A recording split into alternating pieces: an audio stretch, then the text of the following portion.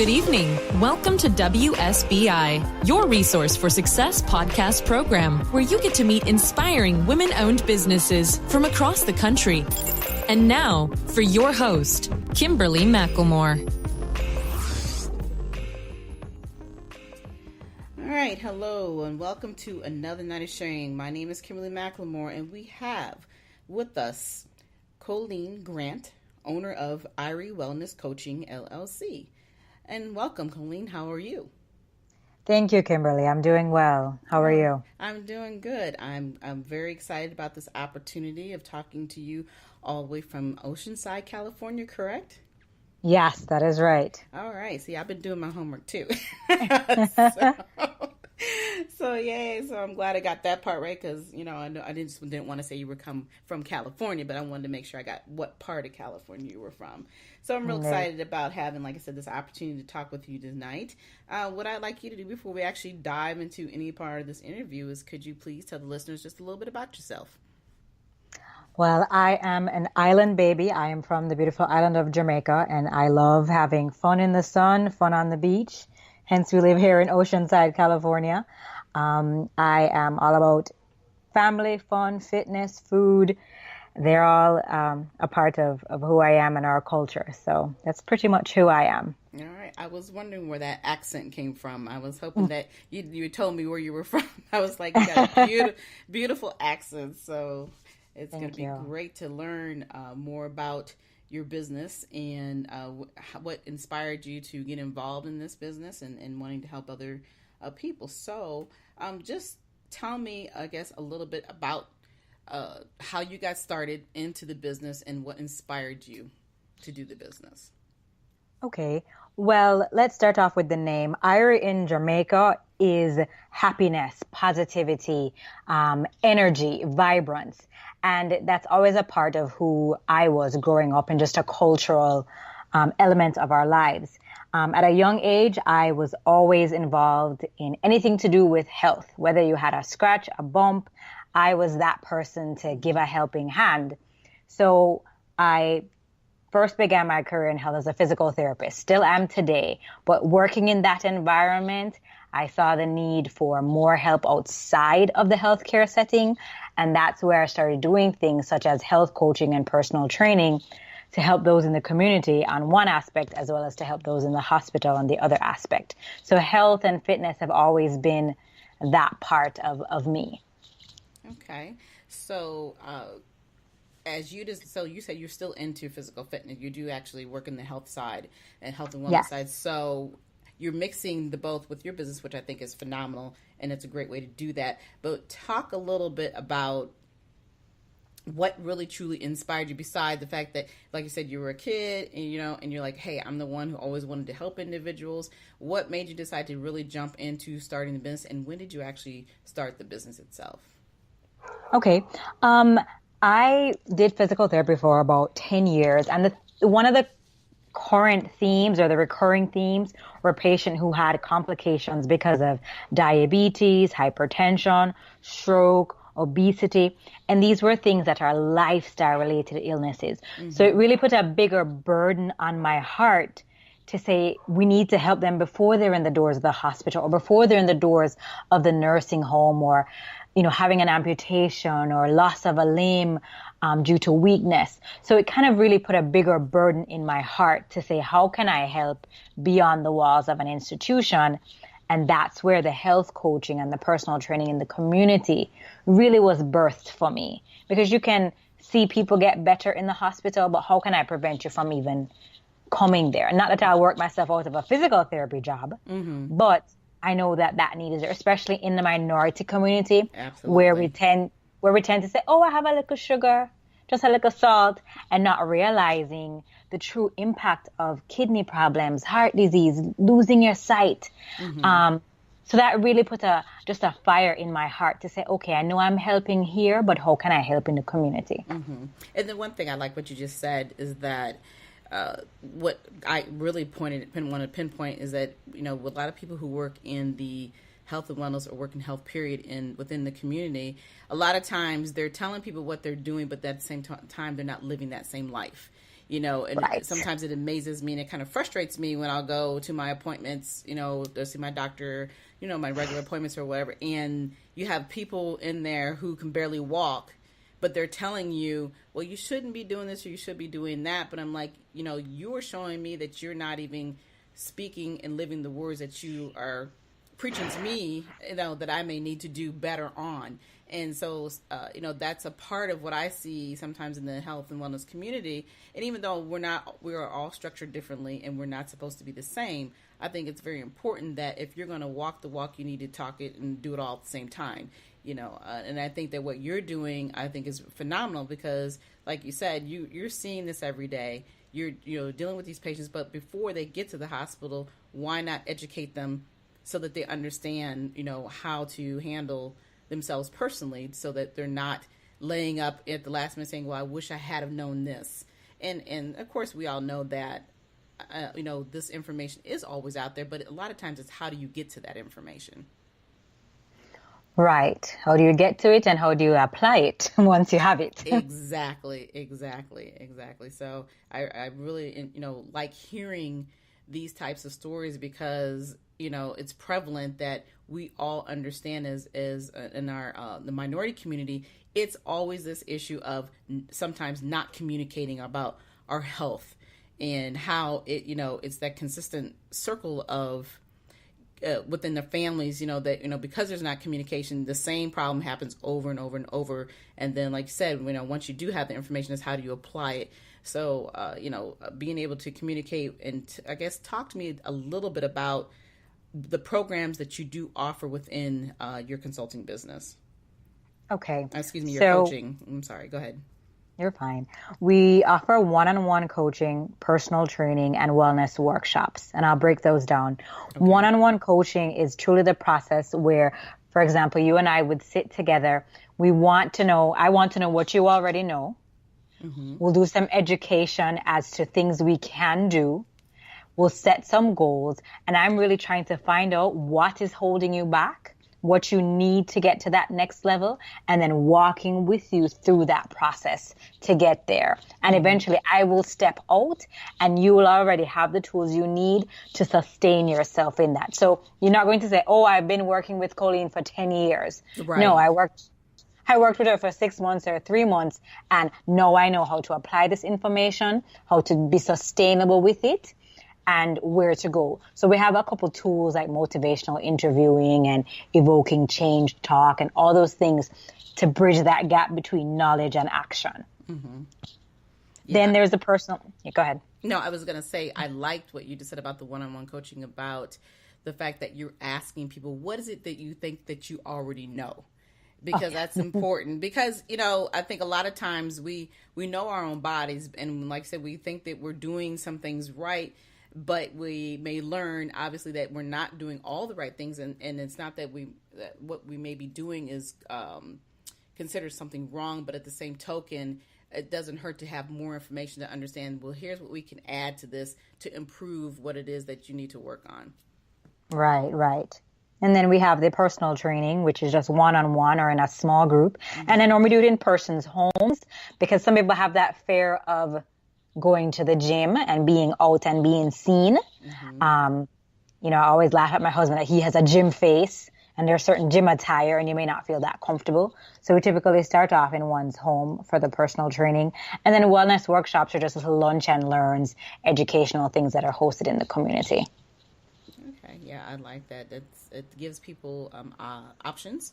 And like I said, especially with women, a lot of times we're not as comfortable about, like I said, being in the gym environment and having everybody look at you as you're going through your journey of trying to, improve yourself. And I know some gyms do offer, in our area, some gyms do offer a women's gym so that, within the gym itself, so that you don't have to feel like you're being looked at, and because it's intimidating, yes, no matter how well you think you look, there's always somebody out there that you're looking at like, man, I wish I could look like them. And it's not about you looking like them, it's about you being your healthy you. And excellent. And I think that's where most people miss the boat, because I always call myself a gym rat, and people laugh at me, oh, you go to gym at 5:00 in the morning. I'm like, yeah, it starts my day off in even though we all have our own struggles within ourselves, it's like every day I'm still out there pushing it and kicking it and making sure that I don't lose that drive of reaching the goal that I want to lose. But I try not to compare myself to other people, because that becomes, one of those things where you look at like, oh, I'm just going to sit down in the corner because I'm never gonna get there. But that's not necessarily true, because our make in our body is not the same as everybody else's. Right. So talk to me. I did a little bit of research. So explain to me what CHIP workshops are. Okay, so CHIP stands for the Complete Health Improvement Program. It was originally designed for those with coronary artery disease as a way to help them recover during their cardiac rehab programs. So with the program, that's really a lot of education and application about how to eat right, making those changes in your diet, as well as exercising, proper hydration. The classes can be held once or twice a week over like a 12-week period. The beauty of it is that at the beginning, you get your blood work done to check your blood pressure, your cholesterol, your good and bad cholesterol, your triglycerides, your blood sugar levels, your height, your weight. You do all of that in the beginning. You do it again midway through the program, and then you do it at the end.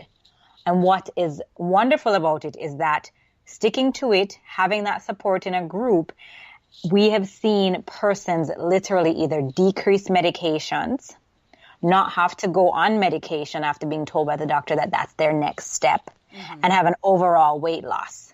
So this is just a structured program that we walk them through educational videos, materials, exercises, diet changes, through the whole 9 yards.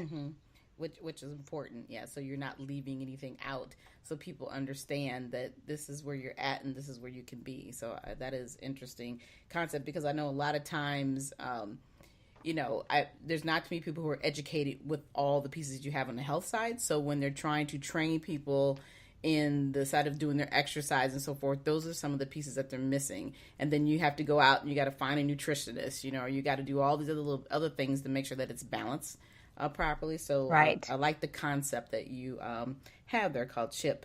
But explain to me about some of the challenges, with this business, because there are other entities out there. How do you work around some of those challenges that you have?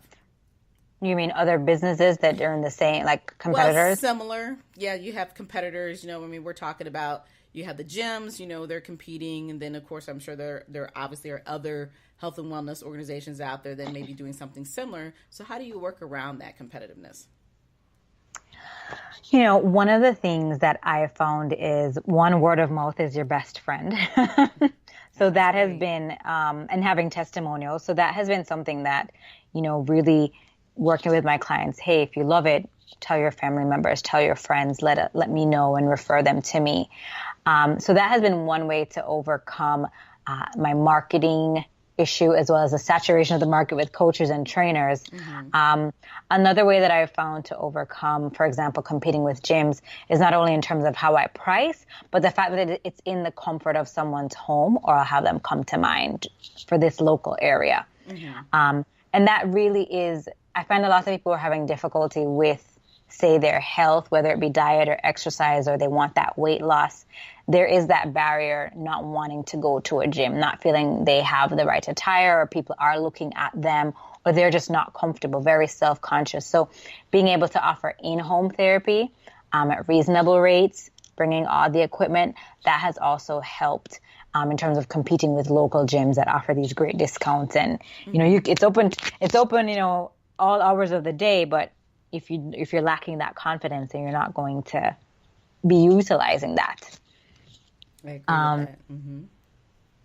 So those would be the main, just competing with other coaches as well as other trainers. But at the same time, I feel that because I offer so many things in a one-stop shop, that has also ease of accessibility, ease of access to all the information. So that has been another way that we've been able to kind of overcome some competition. So you don't have to go to 5 different professionals. You can come here and have access to all these resources one stop.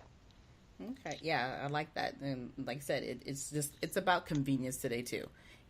People live in a world today where everything is going 100 miles per hour. So being able to have that convenience, and like I said, even though you may not be open 24 hours a day, you are offering a full package that you're not going to be able to find, particularly in a gym all the time. Or like you say, you may have to have a personal trainer. So there's all those other entities where they're specifically hitting one item, where you're trying to hit a multiple amount of items to help increase the volume of the individual, so that they can do better for themselves. But do you provide any type of information? Do you work with like corporate entities as well? Because, health and wellness is very big now with corporate wellness. Mm-hmm. Initially I thought that I would do corporate wellness. Mm-hmm. However, just sticking true to my premise of being able to provide it within the community, that's something that we decided not to do. Mm-hmm. So really haven't stepped into that scope. This is more so on a one-on-one community basis, within my local area. Okay. All right. Well, that's kind of, I don't know if I wouldn't say it's so much competitive as it is. It's just something that a lot of organizations and businesses and corporate people provide, because everybody's into the quote unquote health and wellness boom, so to speak. So I was just curious that, that whether that was offered, because I noticed that you provide wellness presentations. So your wellness presentations are just based on within group environments? Yes. For example, group environments, it could be to a family, it could be at a local church, Mm-hmm. could be at the local library. So yes, it's all community based. Okay. All right. So if you had just a question now strictly on just business based here, if there was a woman or anybody who wanted to come and talk to you about going into business, what piece of advice would you give them? About going into business, I would say before the branding and the logo design and social media pages, I would definitely say sit down and write a detailed business plan. If you need help through SCORE, SBA.gov, Live Plan, local chamber of commerce, go and get those resources and write down, get help getting a detailed business plan before you even invest a penny on anything else. Mm-hmm. Hash this out. Target audience, marketing, funds. You want to be a debt-free business to begin with. Hash those things out first, and definitely find a suitable mentor. You may go through 1 or 2 or 3, maybe 4, but it has to, emphasis is on suitable, compatible mentor. Right. And to help you on the process. Exactly. And I couldn't agree with you more. And I was so glad to hear you say that, because, everybody wants to come into business, but they want to jump right into it with all fours without understanding how important a business plan is. And what people don't really get is that the business plan is not just a one-time phase. It's something that you can utilize as you continue to grow. You want to be able to go back and look and say, okay, what have I accomplished? Where am I at? What could be the weaknesses, or what are my strengths? Should I change this, or should I keep things as they are? It's a plan that you can use to grow year in and year out. And that is something that I focus consistently with my clients on, is that, okay, well, when was the last time you did a business plan? Do you even know what one is? Right. And it just amazes me how many people will just like, oh no, I just started my business and now I'm doing this. But 90% of the time, most of them are out of business within the first 90 days, or either they're still in business, but they're struggling so hard because they don't understand the pieces like you were talking about, the marketing piece, your target market, your location. I always talk about the fact that, is this a business that people really want? Do you really know if this is what your community needs? The research is, I couldn't say how valuable it is to make sure that you do your research. So it's always good to hear somebody talk about that before you start investing your time and your money. Do a business plan. And those organizations that you mentioned, SCORE and so forth, they're all in every state, and it's free. Yes. So you can't beat that at all, right? Cannot beat that. So that is great. That's an excellent piece of advice that to offer.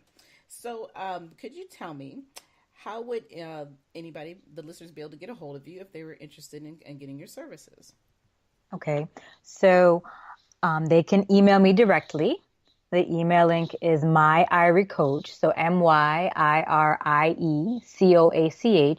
@gmail.com. And then on Facebook and Instagram, you can like and follow us on Twitter. And it's My Irie Coach is our hashtag. All right. So that was easy. That was great and easy to get. Of course, social media platform, everybody has to have them. So that's an easy way to get a hold of you. Do you have any last words for our interview this evening? I would say this. I encourage everybody to be Irie. And what that means for us is I stands for investing in yourself. R stands for rediscovering your dreams. I means ignite your passions and edify your mind, body, and soul. So we want you to live that Irie lifestyle by doing all those things for yourselves and for your family. Excellent. Awesome. All right. Well, I really do want to say thank you for taking time out of your busy day to share your story and some information with my listeners this evening. It has been a pleasure. Yes, same here. Thank you, Kimberly. You're absolutely welcome. But for everyone else, I want to say, please come back and listen to us. We're here every every Thursday evening at 7 p.m. We are now on iHeartRadio, so make sure you tune in on Thursday evenings at 7.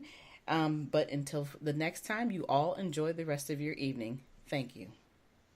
Good night, everyone. We will be back next Thursday evening at 7 p.m. Follow us on Spreaker, www.spreaker.com/user/WSBI. View our new WSBI website anytime at www.wsbillc.com and on Facebook, Twitter, YouTube, LinkedIn, and Instagram.